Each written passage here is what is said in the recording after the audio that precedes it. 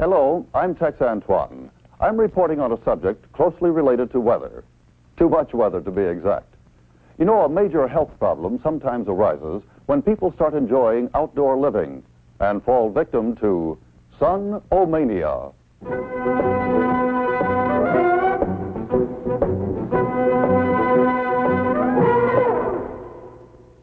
Sunlight, you know, carries invisible rays of a certain wavelength called ultraviolet radiation. Now, in scientific terms, these rays are shorter than 3,200 angstrom units, and they make up only a tiny fraction of the sun's total radiation. But they are very important, as we shall see.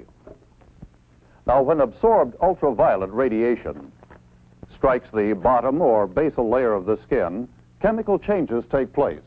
These produce melanin particles that will eventually lead to tanning in a three-step process.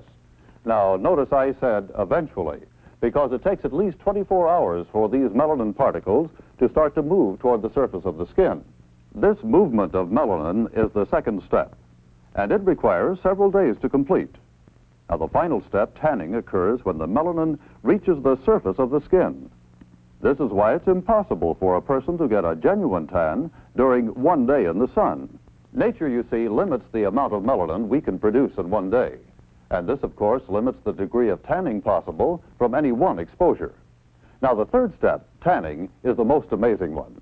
At the same time that the melanin moves upward through the skin, the outer layer of the skin thickens and provides additional protection. It's an intriguing process, isn't it? How the human body works to protect itself from sunburn and to promote tanning. But we must warn you, this entire operation works safely only when the exposure has been gradual and controlled. Unfortunately, most of us cannot easily regulate our outdoor schedules. How can a person enjoy being in the sun and yet safely develop a healthy tan? Keep the skin oily, some people will tell you. You know, apply liberal dosings of baby oil. Well, this sounds good, but there's one hitch. The ultraviolet rays of the sun will go right through oil, and you may end up as fried as a chicken. And other people will tell you, use vinegar. Well, now, vinegar is good for preserving many things, but not for preserving our skin.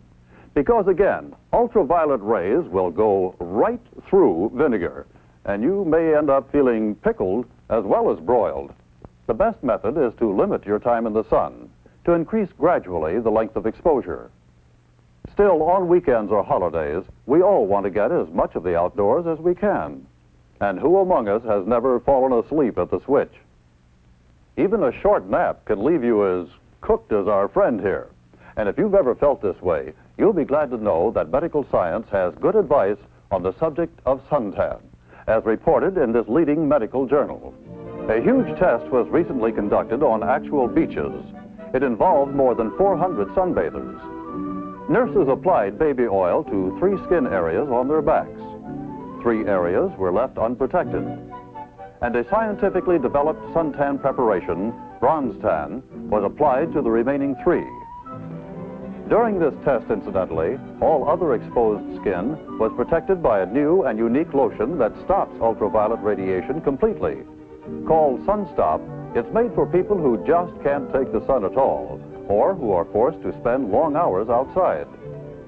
The tests proved that skin areas that were unprotected, or which relied on baby oil, developed uncomfortable sunburn in less than 2 hours of exposure.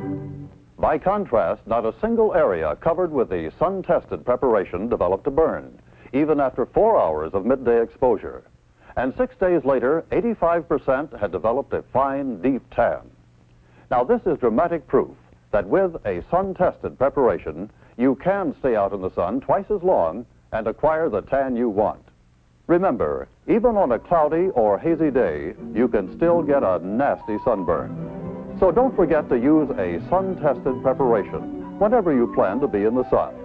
You'll be following the best medical advice. And what's more, your sunshine living will be a lot more fun.